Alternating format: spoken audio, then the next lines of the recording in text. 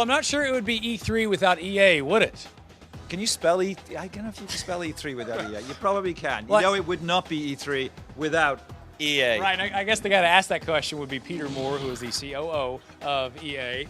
It's always a big week for EA at E3, but especially this year with new consoles coming out, the PS4, the Xbox One, Right. and that means some exciting new games like Battlefield 4 and Need for Speed Rivals. What can fans look forward to with those titles especially? Well, right here at E3, if you go down our show floor right now, you'll be able to play 64-player Battlefield 4. Secondarily, Need for Speed Rivals is also running multiplayer down there on the PlayStation 4 platform. Thirdly, big hit of the show, Plants vs. Zombies Garden Warfare. Very unexpected, laugh-out-loud funny type game that is a shooter in the Plants vs. Zombies universe. Titanfall, which could be game of the show for many, many people from the Respawn studio right here in Southern California. And then, of course, our sports titles, many of whom are running on next gen. Well, you mentioned those sports titles. You guys have the new Ignite engine. So what can gamers look forward to with this new engine?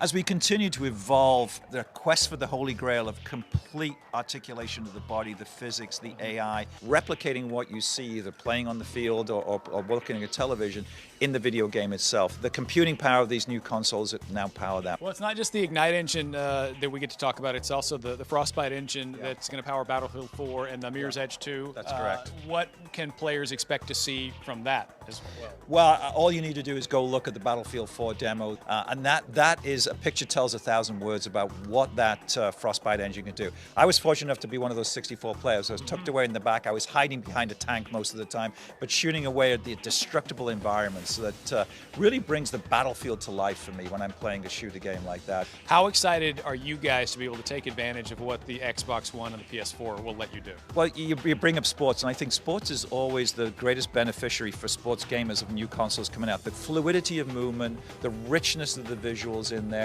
bringing crowds to life now, finally, which has always been the bane of our existence in video games. You play sports. Well, it's even the blade of grass. I mean, it's something. Every blade of grass individually rendered. So, I mean, from that perspective, I think sports gamers always, when I think back of the generations that I've been involved in this industry, sports gets a great boost from the computing power that new hardware brings. Peter, thank you very much. I appreciate it. Giving us some good scoop about what's going on at EA. And if you want more scoop about what's happening at E3, keep it right here on E3Insider.com.